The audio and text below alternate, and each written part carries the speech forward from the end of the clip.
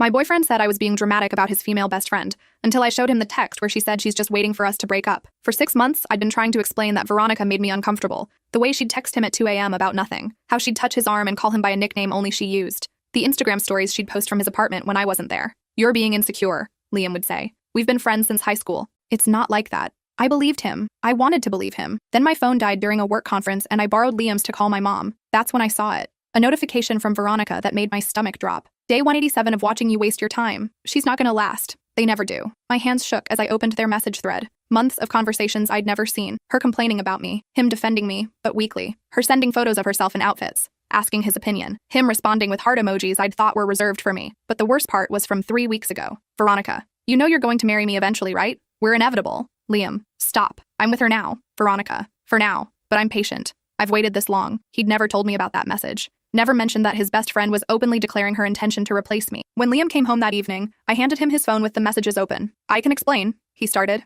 "Explain what?" I asked, surprisingly calm. "That your best friend thinks you two are endgame? That she's counting down the days until we break up?" His face went pale. "It's not like that. She's just going through a breakup. She's emotional." "This is from 6 months ago," I said. "Her breakup was last month." He had no response to that. I spent the next week at my sister's place, thinking Liam would realize how toxic Veronica was. Instead, he sent me paragraphs about how I was overreacting, how I was trying to isolate him from his friends. Then Veronica posted a photo. Her and Liam at the restaurant where we'd had our first date. Caption, "Some traditions are worth keeping." I blocked them both. 2 months later, I was rebuilding. New apartment, new routines, new confidence. I'd started seeing someone casual, nothing serious, just testing the waters again. That's when my sister called. "You need to see this," she said, her voice strained. She sent me a link to a wedding website. Liam and Veronica's wedding website. The date was set for 6 months out. Their love story section claimed they'd been secretly in love for years, but timing was never right until recently. I felt sick. Then I felt angry. Then I felt something else entirely. Because buried in their photo gallery was a picture that made everything click into place. Liam and Veronica at a restaurant, dated 8 months ago. 2 months before Liam and I even started dating. I zoomed in on the background. There was a ring box on the table. My sister's voice pulled me back. "There's more. Check your email. Someone sent you something." In my inbox was a message from an unknown sender. No name, just a subject line. "You deserved to know the truth." Attached were screenshots. Dozens of them. Messages between Liam and Veronica going back 2 years, planning how he'd date other girls to make her jealous, discussing their timeline for getting back together, referring to me and his other ex-girlfriends as placeholders. But the last screenshot was dated yesterday. Veronica to Liam. "I told you the revenge plan would work perfectly." She never suspected we staged that text for her to find. My phone buzzed. A new message from the unknown sender. "We need to talk. I'm ex-girlfriend number 3, and I think they did this to all of us." I stared at the message for a full minute before my fingers started working again. "Who is this?" I typed back. The response came immediately. "Coffee tomorrow? 10 a.m. at Riverside Cafe? I promise I'm not crazy, but we need to compare notes before their wedding happens." My sister was reading over my shoulder. "Don't go alone." "I won't," I said. But something in my chest had shifted from confusion to cold, calculated anger. I showed up 15 minutes early the next morning, my sister waiting in her car across the street as backup. The cafe was one of those hipster places with exposed brick and overpriced lattes. I ordered a black coffee and claimed a corner table with a clear view of the door. At exactly 10, a woman walked in. She was tall, with dark hair pulled back in a neat ponytail, wearing business casual like she'd come straight from an office. Her eyes scanned the room and landed on me. Some sort of recognition passed between us. "You must be the placeholder from last year," she said, sliding into the seat across from me. No handshake, no pleasantries. "I'm Kendra. I was the placeholder from 3 years ago." "How did you find me?" I asked. "I've been tracking them," she said simply, pulling out a tablet. "After what they did to me, I started keeping tabs. Every time Liam starts dating someone new, I document it. I have a whole file." She opened a folder on her screen. Inside were dozens of photos, screenshots, and documents organized by date. Why? The question came out harsher than I intended. Kendra's jaw tightened. "Because they destroyed my life, and I wanted to make sure I wasn't crazy, that it really happened the way I remembered." She pulled up a timeline. Liam and Veronica dated in high school, broke up their freshman year of college, supposedly mutual, but they never really stopped. They'd date other people, but always keep each other as the backup plan. The best friend thing was a cover. I leaned forward. "So why the games? Why not just be together?" "Because Veronica has abandonment issues from her parents' divorce," Kendra said, "and Liam has a savior complex. They're addicted to the drama of breaking up and getting back together." But somewhere along the way, it turned into a sick competition. She scrolled through messages. They started making bets. Who could date someone longer before the other got jealous enough to sabotage it? Who could make their placeholder fall harder before the inevitable breakup? They keep score. My stomach turned. That's insane. That's not even the worst part. Kendra pulled up a spreadsheet. They document everything. How long each relationship lasts. How devastated each girl is when it ends. They've been doing this for 6 years. "You're number 7. 7? I whispered. "There's me. There's you. There are 5 others in between." She showed me a list of names, dates, and what she called emotional damage scores that Liam and Veronica had assigned to each breakup. I pushed back from the table, feeling sick. "How do you know all this?" Because after Liam dumped me, I broke into Veronica's cloud storage, Kendra said flatly. I'm a cybersecurity analyst. It's what I do. And before you judge me, understand that these two people convinced me I was mentally unstable. They gaslit me so thoroughly I spent 8 months in therapy thinking I was paranoid and possessive. She pulled up another file. Then I found their shared journal. They write about us like we're characters in their personal soap opera. They rate our performances. They critique our reactions to their manipulations. My hands were shaking. Show me. What I read made me want to throw up. Entry after entry, describing in cold detail how they'd planted seeds of doubt, staged conversations for me to overhear, and orchestrated that final text message I'd found. They'd even debated which wording would hurt the most. Why are you telling me this now? I asked. Why not expose them months ago? Kendra's eyes hardened. Because I wanted to wait until they felt safe, until they thought they'd won. They're getting married in 6 months, right? They think all their placeholders are too broken or too embarrassed to cause trouble. She leaned across the table. But I've been collecting evidence for 3 years. And I found 4 of the other women. We've been talking, comparing stories, building a case. A case for what? Fraud, for starters. Do you know how much money we collectively spent on therapy? On moving apartments to get away from them? On replacing items they accidentally damaged? I've calculated over $40,000 in damages across all 7 women. I felt something cold settle in my chest. You want to sue them. I want to destroy them, Kendra corrected, the way they destroyed us. But legally, professionally, socially, I want everyone they know to see exactly what they are. She pulled up a group chat. The others are waiting to meet you. We need all 7 to make this work. Will you help us? I thought about the last 8 months, the sleepless nights, the panic attacks, the way I'd questioned my own instincts and sanity, the way Liam had made me feel like I was the problem. What's the plan? Kendra smiled. And it wasn't a nice smile. We crashed their wedding, but not the way you're thinking. The next meeting happened 3 days later in a private room at a law library. Kendra had rented it under her firm's account. When I walked in, 4 other women were already there. They all looked at me the way I probably looked at them. Recognition mixed with sympathy, mixed with anger. Okay, Kendra said, pulling up a presentation on the room's screen. Let's introduce ourselves properly. I'm Kendra, placeholder 3. I dated Liam for 8 months 2 years ago. A blonde woman with glasses spoke next. I'm Whitney, placeholder 1. I dated him for 6 months, 4 years ago. I was a sophomore in college. He was my first serious boyfriend. Placeholder 2, said a woman with a short pixie cut. Britt, 7 months, 3 years ago. I moved to a different state to get away from the harassment. Placeholder 4, said a quiet brunette. Deshaun, 4 months. He proposed to me, then ghosted me completely. I found out later it was because Veronica got jealous of the ring. Placeholder 5, said a woman with purple streaks in her hair. Tess, 9 months. Longest one before you. She nodded at me. They really committed to breaking me down. I swallowed hard. Placeholder 6, 8 months. I thought I was going crazy. We all did, Whitney said. That's their specialty. Kendra clicked the next slide. Here's what we know. Liam and Veronica have been running this pattern for 6 years. They've cost us collectively $42,000 in therapy, moving costs, property damage, and lost wages from jobs we quit due to stress. They've violated revenge porn laws in 3 states by sharing intimate photos of us in their private chats. And they've committed fraud by soliciting loans from some of us under false pretenses. She clicked again. But the real crime is emotional abuse. Systematic, calculated, documented emotional abuse. They've been recording us, taking notes on our vulnerabilities, using psychological manipulation techniques they research online. How do we prove all this? I asked. Kendra smiled. Because they documented everything themselves. Their shared cloud storage has years of evidence. Journals, spreadsheets, videos, photos. They were so confident no one would ever see it that they kept meticulous records. You still have access? Deshaun asked. I do, and I've been downloading everything. Backed up in 3 separate locations. Encrypted, time-stamped, verified. Britt leaned forward. So what's the plan? We have multiple objectives, Kendra said. 1, we want financial restitution. 2, we want public exposure so they can't do this to anyone else. 3, we want them to feel a fraction of what we felt. She pulled up a new slide showing a timeline. The wedding is in 5.5 months. Here's what we do. We let them think they won. We don't contact them. We don't leave reviews or make social media posts. We stay completely silent. Why? Tess asked. Because they're watching, Kendra said. Veronica still monitors our social media. Liam has burner accounts that friend our friends. They're waiting for us to act out so they can play the victim. So we go dark. We let them relax. She clicked to the next slide. Meanwhile, we build our case. We compile evidence. We contact a lawyer who specializes in emotional distress lawsuits. We document everything in a format that will hold up in court. And then? I asked. Then, 2 weeks before the wedding, when they've sent out invitations and paid all their deposits, when their families and friends are all invested, we file a lawsuit. A detailed, specific, publicly filed lawsuit that names both of them and includes enough evidence in the filing that anyone who searches their names will find it. Whitney's eyes widened. Their employers will see it. Their wedding guests will see it, Britt added. The wedding vendors will see it, Deshaun said. Everyone will see it, Kendra confirmed. And the beauty is, it's all true, documented, provable. They can't claim we're crazy ex-girlfriends because there are 7 of us telling the same story. What about criminal charges? I asked. Harder to prove, Kendra admitted. But the civil suit will be devastating enough. Liam works in finance. A lawsuit alleging fraud and emotional abuse will destroy his career. Veronica's in HR. Her entire job is handling workplace misconduct. She'll be unhireable. Tess was nodding. And the wedding? Will probably get canceled, Kendra said. Once their families see the lawsuit, once their friends start asking questions, once the vendors realize they're hosting an event for people accused of systematic abuse. But we're not stopping there, Kendra continued. We're also creating a comprehensive document, a PDF file that details everything with screenshots, timelines, and testimonials from all of us.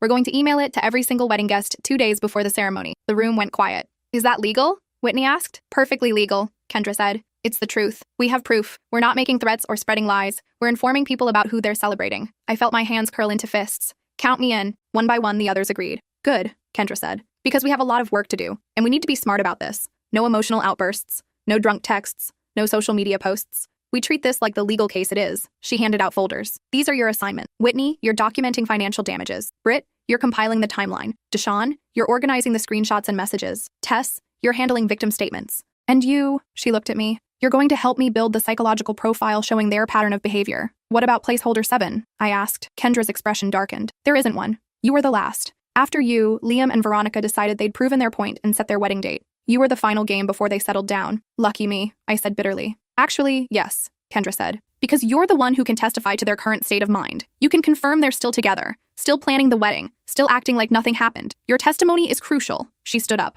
Everyone understand their assignments? We meet again in 2 weeks. Same place, same time. Until then, complete radio silence about this. No texts about it, no emails, no social media. We keep this airtight. As we filed out, Whitney caught my arm. Hey, I know this is overwhelming, but I just want you to know, you're not alone anymore. What they did to you, to all of us, it wasn't okay. And we're going to make sure they face consequences. I nodded, not trusting my voice. In the parking lot, my sister was waiting in her car, engine running. Well, she asked as I got in. We're going to destroy them, I said. She studied my face for a moment, then nodded and put the car in drive. The next 2 weeks were a blur of documents and memories I'd tried to forget. Every night after work, I'd sit at my kitchen table with my laptop, pulling up old text messages, emails, and photos, building a timeline of manipulation. I documented the time Liam accidentally liked an Instagram photo of Veronica in a bikini, then told me I was overreacting when I mentioned it. The time he canceled our anniversary dinner because Veronica was having a crisis, then posted photos the next day of them at a concert together. The time Veronica showed up at my apartment unannounced and let herself in with Liam's key, claiming she needed to grab something he'd left there.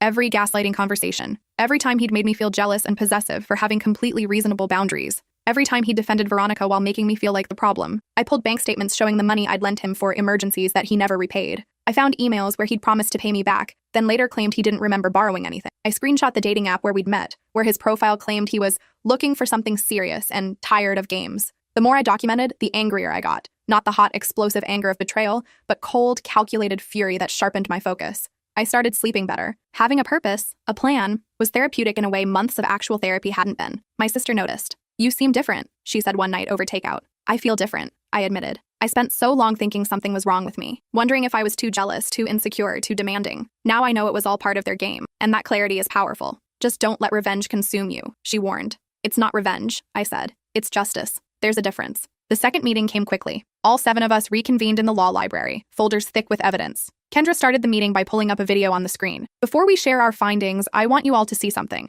I hacked into the camera system at Veronica's apartment last week. My stomach dropped. Is that legal? Questionable, Kendra admitted. Which is why this footage will never see the inside of a courtroom. But I needed you all to see this to understand what we're dealing with. She pressed play. The video showed Liam and Veronica in her living room, laptop open between them. On the screen was Whitney's LinkedIn profile. She's still single, Veronica said, laughing. 3 years later and still no relationship status update. We really did a number on her. She was too easy, Liam replied. Believed everything I said. Remember when I told her I was allergic to her perfume and she threw out her entire collection? They both laughed. Veronica scrolled to another profile. Mine. This one lasted longer, she said. I thought we might actually have competition. Please, Liam scoffed. She was desperate for validation. Classic daddy issues. Once I figured that out, it was over. Veronica kissed him. You're terrible. You love it. I do. But I'm glad we're done with the games. 7 placeholders is enough. Time to settle down and be boring. Never boring, Liam said. We'll just find new games to play. Kendra paused the video. The room was completely silent. Whitney was crying quietly. Britt's hands were balled into fists. Deshawn looked like she might be sick. I'm sorry you had to see that, Kendra said. But I needed you to understand. They don't feel guilty. They're not conflicted. They're proud of what they did. They see us as entertainment, as accomplishments. They're sociopaths, Tess said flatly. Maybe, Kendra said. Or maybe they're just cruel people who found each other. Either way, they need to face consequences. She pulled up a new presentation. Let's review what we have. Whitney, you're up first. Whitney wiped her eyes and pulled out a spreadsheet. Total financial damages across all 7 of us. $43,200. That includes therapy bills, moving costs, property damage, unreturned loans, and lost wages from jobs we quit due to stress. She clicked through receipts and bank statements. each one backed up with documentation. I have signed affidavits from 3 therapists confirming they treated us for symptoms consistent with emotional abuse and gaslighting. I have rental agreements showing 4 of us moved to different addresses within months of the breakup. And I have loan agreements and text messages showing money that was borrowed and never repaid. Excellent work, Kendra said. Britt, timeline? Britt pulled up a massive flowchart. I've mapped every relationship chronologically with key events. The patterns are identical across all 7 relationships. Each one follows the same playbook. Love bombing in month 1. Introduction to Veronica in month 2. Gradual isolation from friends and family in months 3 and 4. Escalating triangulation with Veronica in months 5 through 7. Then either an abrupt breakup or a slow fade. She zoomed in. But here's where it gets interesting. Look at the gaps between relationships. Each breakup is followed by a 6-week period where Liam and Veronica publicly reunite. They post couple photos, change their relationship status, do everything to make sure the ex-girlfriend sees they're together. Then, exactly 6 weeks later, they quietly remove the relationship posts and Liam starts dating someone new. It's a victory lap, I said quietly. Exactly. They want us to see them together. They want us to feel like we were replaced. It's part of the game. Deshawn went next, presenting hundreds of screenshots organized by theme, manipulation tactics, gaslighting phrases, triangulation attempts, boundary violations. The consistency is damning, she said. They use the exact same lines on all of us.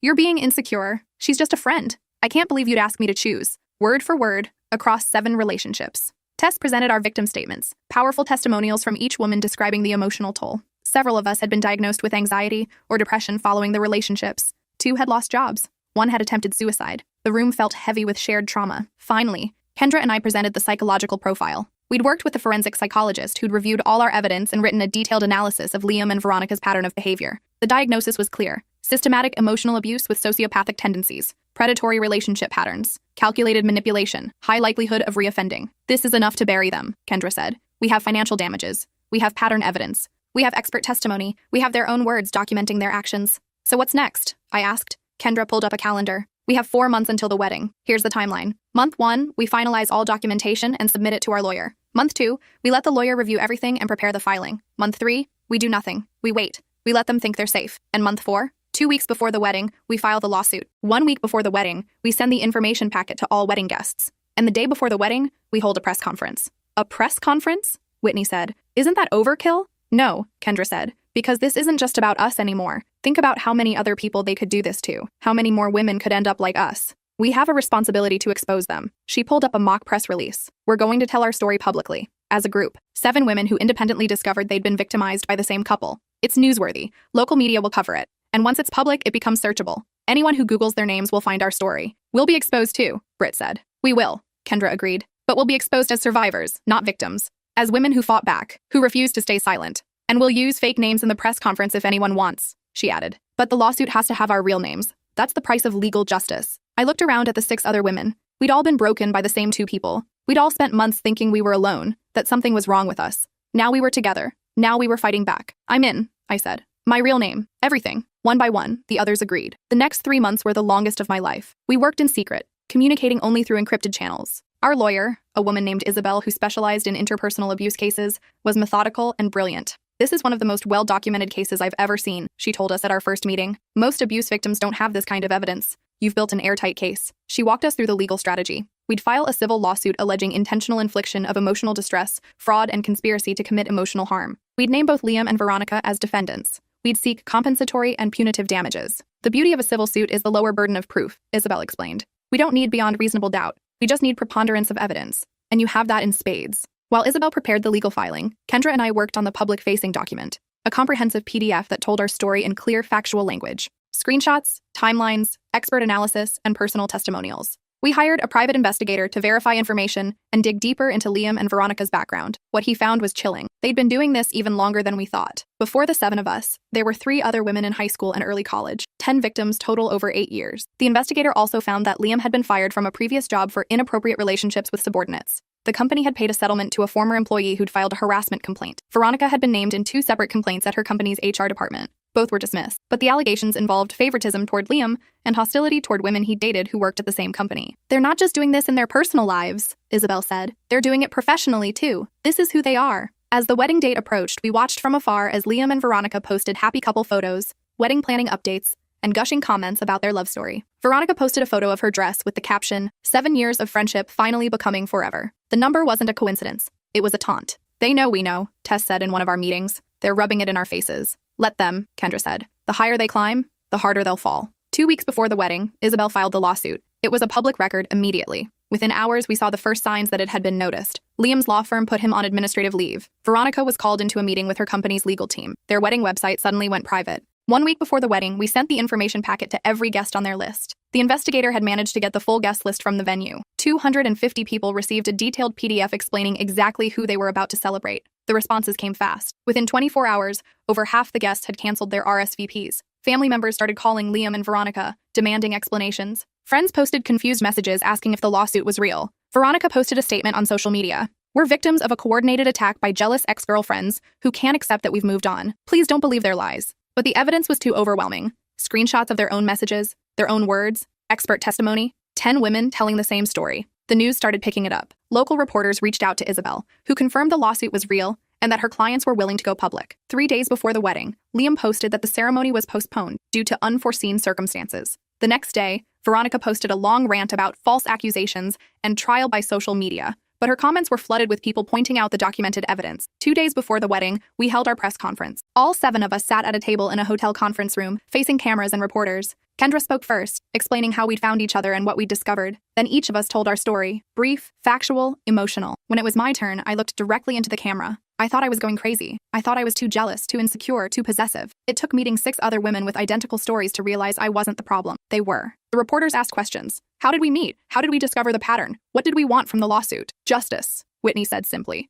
And to make sure they never do this to anyone else. The press conference made regional news. By that evening, it had gone national. 7 women exposed couples' decade-long pattern of abuse was trending on social media. People started coming forward with their own stories of Liam and Veronica. A woman who'd worked with Liam said he'd harassed her for months. A man who'd been friends with Veronica in college said she'd bragged about manipulating her boyfriends. The narrative was set. They couldn't spin this as jealous ex-girlfriends. There were too many of us. Too much evidence. Too many corroborating witnesses. The day before what should have been their wedding, I got a message from Liam. "You destroyed my life. I hope you're happy." I screenshot it and sent it to Isabel. Then I blocked his number. Veronica tried next, a long email about how we'd misunderstood everything, how they'd never meant to hurt anyone, how they were the real victims. I deleted it without responding. The wedding, of course, didn't happen. The venue had canceled their contract. The photographer and caterer had backed out. Most importantly, Liam's family and Veronica's family had pulled their support. Liam's mother actually reached out to Whitney to apologize. "I had no idea," she wrote. "I'm so sorry for what my son did to you." Veronica's sister contacted me. "I should have known something was off. The way she talked about Liam's girlfriends. Like it was a game. I thought she was just being catty. I didn't realize it was intentional." The civil suit moved forward. Liam and Veronica hired separate lawyers, trying to turn on each other. Veronica claimed everything was Liam's idea. Liam claimed he was just following Veronica's lead. But the evidence showed they were equal partners in the abuse. Their shared journals, their coordinated plans, their mutual celebration of each woman's pain. 6 months after we filed, they settled. $43,000 split between the 7 of us. Written letters of apology that Isabel said were the most hollow she'd ever read. And most importantly, a legally binding agreement that they would not contact any of us ever again. They also had to complete mandatory therapy and community service focused on domestic violence awareness. But the legal settlement was almost beside the point. The real damage had already been done. Liam lost his job. His reputation in the finance world was destroyed. Last I heard, he was working as a sales associate at a cell phone store. Veronica was fired from HR. She'd become unemployable in her field. Her LinkedIn profile was flooded with warnings from women who'd looked up the lawsuit. They broke up 3 months after the wedding was canceled. Apparently, when the game stopped being fun and started having real consequences, they turned on each other. According to the investigator we kept on retainer, Liam moved back in with his parents. Veronica moved to another state, trying to start over with a new identity. But the internet doesn't forget. Our press conference video has over 2 million views. The news articles are the first thing that appears when you Google their names. The legal settlement is public record. They'll carry this with them forever. A year after the lawsuit settled, the 7 of us met again, not to talk about Liam and Veronica, but to celebrate. We'd all moved forward in different ways. Whitney had gotten engaged to a man she'd met in a support group for abuse survivors. She said he understood her trauma in a way no one else could. Britt had gone back to school and was finishing her degree in psychology, planning to specialize in helping victims of emotional abuse. Deshawn had written a book about her experience, changing names but telling the essential truth. It had found a small publisher and was getting good reviews. Tess had started a nonprofit helping women identify and escape manipulative relationships. She'd already helped dozens of people. Kendra had been promoted at her cybersecurity firm and was doing consulting work for law enforcement on digital stalking cases. And me? I'd finished my nursing degree and was working in a trauma ward. Every day, I helped people who'd been hurt, who needed someone to believe them and fight for them. I'd also started dating someone new, someone kind and patient who understood that I had trust issues and was willing to work through them with me. At our reunion dinner, we toasted not to revenge, but to survival. We could have stayed victims, Kendra said, raising her glass. We could have let them break us permanently. Instead, we fought back. We found each other. We built something stronger than what they destroyed. To us, Whitney said. To survivors, I added. We clinked glasses, 7 women who'd been strangers a year ago, now bonded by shared trauma and shared triumph. Later that night, I checked social media one last time. Veronica had created a new profile under a slightly different name. She'd posted a vague status about starting over and leaving the past behind. I could have screenshot it, could have sent it to the others, could have started the cycle of monitoring and documentation all over again. Instead, I blocked the profile and closed the app. They didn't deserve any more of my energy. They didn't deserve any more of my time. They'd taken enough. 18 months after the press conference, I got an unexpected message. It was from a woman I didn't know, asking if I was the person from the lawsuit against Liam and Veronica. My first instinct was to ignore it, but something made me respond. Yes, why? Her reply came quickly. I think he's doing it again. My friend started dating someone who matches his description. Same patterns, same manipulation tactics. I saw your press conference and recognized the behavior. My stomach dropped. I immediately forwarded the message to Kendra. She called me 5 minutes later. I was afraid of this. The settlement agreement said he couldn't contact any of us, I said. It didn't say he couldn't date other people. Exactly, and people like him don't change. They just get better at hiding. We called an emergency meeting of the 7. Within days, we'd tracked down the woman who'd messaged me. Her name was Chloe, and her friend Rachel had been dating someone named Liam for 3 months. He told her his ex-girlfriends were crazy, Chloe explained, that they'd made up stories about him and ruined his life. He has a new job, new apartment, new identity. He even dyed his hair. But the patterns are the same? Kendra asked. Identical. Love bombing, introducing his best friend who's clearly more than a friend, making Rachel feel jealous and possessive. I showed her your press conference, but he's convinced her you're all lying. We looked at each other. We'd thought it was over. We'd thought we'd stopped them. What do we do? Whitney asked. Isabel, who we'd kept on retainer, was clear. Legally, you can't contact him directly. That would violate the settlement agreement, but there's nothing preventing you from educating other women about warning signs of manipulative behavior. An idea started forming. What if we created a resource? I suggested. A website dedicated to recognizing and escaping emotionally abusive relationships. We could share our story as a case study without violating the agreement. Kendra's eyes lit up.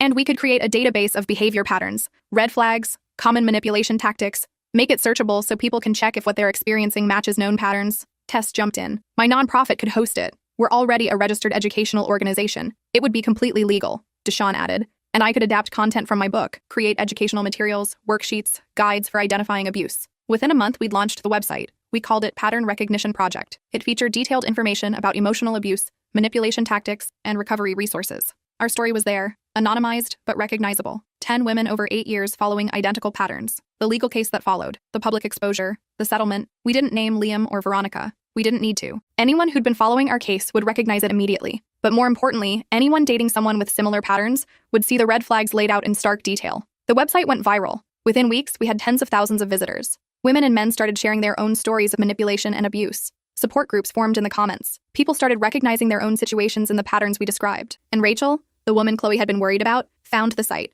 She reached out to us directly. I think I'm dating the man from your case study, she wrote. I didn't want to believe it, but everything matches. What do? We couldn't give her legal advice, but we could give her information, resources, support, the tools to make her own decision. 2 weeks later, she sent us an update. I confronted him about the patterns. He tried to gaslight me, said I was being paranoid, but I documented everything like your site suggested. I showed him the evidence of his manipulation. He couldn't explain it away. She'd broken up with him. She'd warned his best friend, not Veronica, but someone new playing the same role. She'd posted her story anonymously on our site. And most importantly, she'd reported him to her local domestic violence organization, creating a record that would exist if he tried this with anyone else. Liam tried to threaten legal action against our website, claiming defamation. Isabel shot it down immediately, pointing out that we hadn't named him and that everything on the site was either factual or clearly labeled as opinion. He backed off, but not before his lawyer's letters confirmed what we'd suspected. He was still out there, still playing the same games, still hurting people. But now there was a record. Now there were resources. Now there was a community of people who'd been through it and could help others recognize the patterns. 3 years after the lawsuit,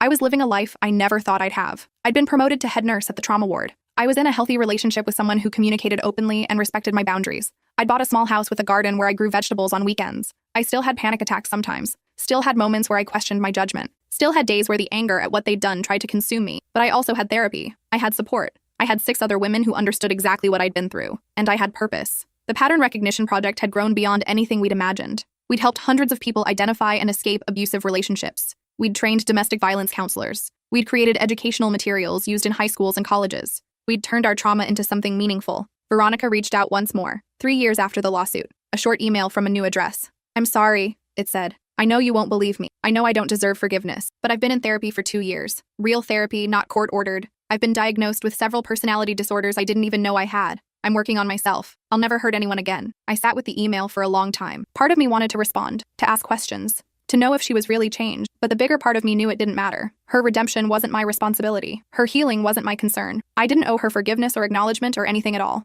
I deleted the email and went back to my life. 5 years after the lawsuit, Kendra called with news. Liam got arrested, she said. For what? Stalking, harassment, violation of a restraining order. Some woman he'd been dating filed charges after he broke into her apartment. My first reaction was satisfaction. He'd face legal consequences beyond our civil suit. He was in the system now. My second reaction was sadness for the woman he'd hurt. Another victim. Another person who'd have to rebuild herself. Did she know about our case? I asked. She did, Kendra said. She'd seen the website. She'd documented everything from day one. That's why she was able to get the restraining order and press charges so quickly. Our work helped her. That evening, I opened the Pattern Recognition Project website. The visitor counter had passed 1 million. The resource library had grown to hundreds of articles. The support forums were active 24 hours a day. In the testimonial section, hundreds of people had shared how the site had helped them recognize abuse, escape dangerous situations, and rebuild their lives. One comment stood out. I was dating someone who did everything described in the original case study. At first, I thought I was overreacting, but this site helped me see the patterns clearly. I got out before it got worse. I reported him to the police. I'm now in therapy and rebuilding my life. Thank you for being brave enough to share your story. You saved me. I screenshot it and sent it to our group chat.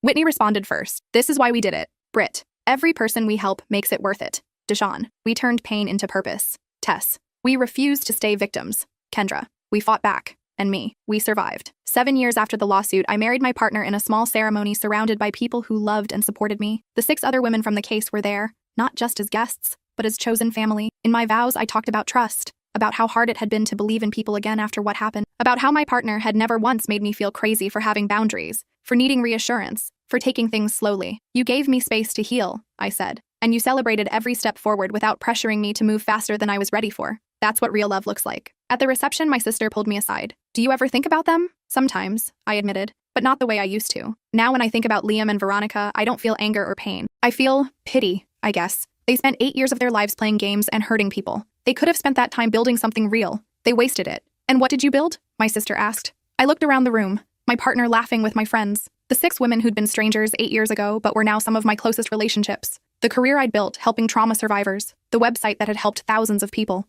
I built a life, I said. A real one. 10 years after the lawsuit, I was invited to speak at a conference on emotional abuse and recovery. The Pattern Recognition Project had become a recognized resource in the field. Domestic violence organizations partnered with us. Therapists recommended our materials to clients. As I stood on stage, looking out at hundreds of faces, I thought about the woman I'd been a decade ago. Confused, gaslighting, convinced something was wrong with me. I want to talk about what comes after, I told the audience. Everyone focuses on recognizing abuse and escaping it. Those are crucial first steps. But what happens next? How do you rebuild trust? How do you learn to have healthy relationships? How do you forgive yourself for not seeing it sooner? I shared my story. Not just the abuse and the lawsuit, but what came after. The therapy, the setbacks, the moments of doubt, the gradual healing. Recovery isn't linear, I explained. Some days you feel strong and whole. Other days, a random trigger sends you spiraling. That's normal. That's part of the process. You don't have to be perfectly healed to move forward. During the Q&A, a young woman raised her hand. How do you know when you're ready to date again? I thought about my partner, about the patience and understanding it had taken to build our relationship. You start by learning to trust yourself again, I said.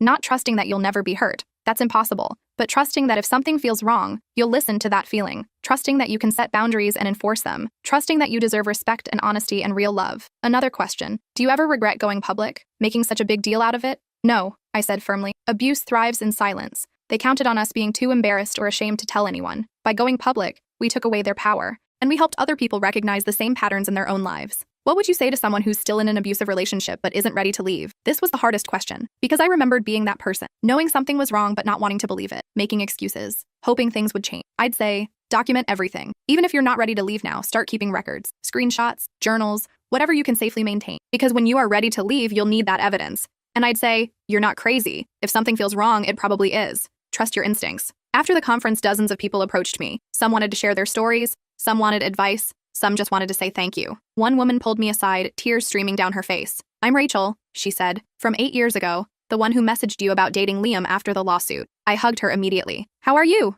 I'm good, she said. Really good. I finished my degree. I'm working at a nonprofit helping abuse survivors. I've been in therapy, and I'm in a healthy relationship now. But I wanted to thank you. If I hadn't found your website, if I hadn't seen the patterns laid out so clearly, I don't know where I'd be now. You saved yourself, I told her. We just gave you the tools. You gave me hope, she corrected. You showed me that survivors can become more than their trauma, that we can fight back, that we can win. 15 years after the lawsuit, the Pattern Recognition Project celebrated its 10th anniversary. The original 7 of us reunited for a gala fundraiser. We'd all gone in different directions, but we came together for this. Whitney brought her husband and 2 kids. She was practicing family law now, specializing in protecting abuse victims in custody cases. Britt had her PhD in psychology and was running a research lab studying manipulation tactics in relationships. Deshaun had written 3 more books and was a sought-after speaker on abuse recovery. Tess's nonprofit had expanded to 5 states, with dozens of employees and thousands of clients served. Kendra was consulting for the FBI on cases involving digital stalking and harassment. And me? I'd written my own book about the experience, which had become required reading in several social work programs. I still worked at the hospital, but I also taught courses on recognizing and treating trauma in medical settings. At the gala, we presented the first annual Pattern Recognition Awards to people who'd done exceptional work in the field of abuse prevention and recovery. As I stood on stage with my 6 chosen sisters, I felt overwhelming gratitude, not for what we'd been through, but for what we'd built from it. 15 years ago, I said into the microphone, 7 women discovered they'd been victimized by the same couple. We could have stayed silent. We could have let shame and embarrassment keep us isolated. Instead, we found each other. We fought back, and we turned our trauma into a resource that has helped thousands of people. I looked at the 6 women beside me. This work has been the honor of my life, not because of what we survived, but because of what we created. We proved that survivors can become warriors, that victims can become advocates, that pain can be transformed into purpose. The audience stood and applauded, but I wasn't thinking about them. I was thinking about the woman I'd been 15 years ago, holding that phone with Liam's messages, trying to figure out if she was crazy. I wished I could go back and tell her, "You're not crazy. You're not overreacting. You're not the problem." And 15 years from now, you'll be standing on a stage with 6 other survivors, having built something beautiful from something broken. 20 years after the lawsuit, I received an unexpected letter. It was from Veronica's sister, the one who'd reached out to me all those years ago. "I thought you should know," the letter said. "Veronica passed away last month. Overdose. Accidental, they said, but I'm not sure. She'd been struggling for years. Never really recovered from everything that happened. Never forgave herself." The letter continued. "I know you don't owe her anything, but I wanted you to know that she did change in the end. She spent her last 5 years volunteering at women's shelters, helping abuse victims. She could never undo what she did to you and the others, but she tried to make amends in other ways." I sat with that information for a long time. I felt complicated. Not sad. Exactly. Not satisfied either. Just a strange hollowness where anger used to live. I called Kendra. "Did you hear about Veronica?" "I did," she said. "How do you feel?" "I don't know. Relieved? Sad? Nothing?" "All of the above, probably. It's okay to have mixed feelings about it." "Do you think she really changed?" Kendra was quiet for a moment. "Does it matter? She's gone. Whether she found redemption or not doesn't change what she did to us, and it doesn't change what we built in response." She was right. Veronica's story was over. Ours continued. I never found out what happened to Liam. I heard through the grapevine that he'd moved overseas, trying to escape his reputation. Someone said he'd gotten married, divorced, married again. Someone else said he'd been arrested again, in another country, for similar behavior. But I didn't look him up, didn't check social media or Google his name. He wasn't worth my energy anymore. 25 years after the lawsuit, I retired from nursing. My partner and I moved to a small coastal town where I spent my days gardening, writing, and video calling with my chosen family. The Pattern Recognition Project was still going strong, now run by a younger generation of survivors and advocates. I served on the advisory board, but I'd stepped back from day-to-day operations. On the anniversary of the lawsuit being filed, the 7 of us had a tradition of video calling. We'd catch up, share updates, remember where we'd been, and celebrate how far we'd come. This year, Whitney announced she'd been appointed to a judgeship. Britt had just published a groundbreaking study on long-term effects of emotional abuse. Deshaun's latest book had hit the bestseller list. Tess's nonprofit had expanded internationally. Kendra was teaching cybersecurity courses at a major university. "We did okay," I said, smiling at my screen full of familiar faces. "We did more than okay," Kendra corrected. "We turned the worst thing that ever happened to us into the most meaningful work of our lives." "To us," Whitney said, raising her glass. "To survivors," we all echoed. After the call ended, I sat on my porch watching the sunset. My partner came out with 2 cups of tea and sat beside me. "You okay?" they asked. "More than okay," I said. I was just thinking about how different my life could have been if I'd never found those messages on Liam's phone, if I'd never connected with the other women,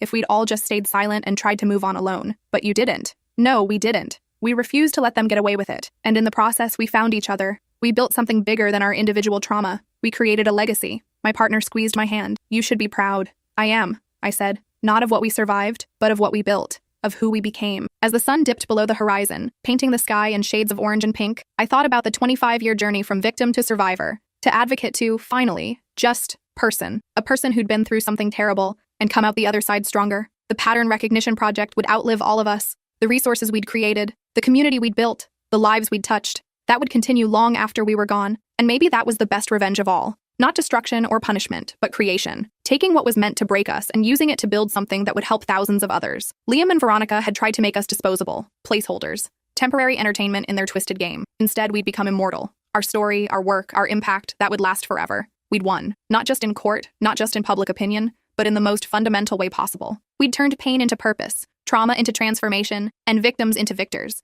And in doing so, we'd ensured that what happened to us could never happen to anyone else without them having the resources, the knowledge, and the community to fight back. That was our legacy. That was our victory. That was our revenge.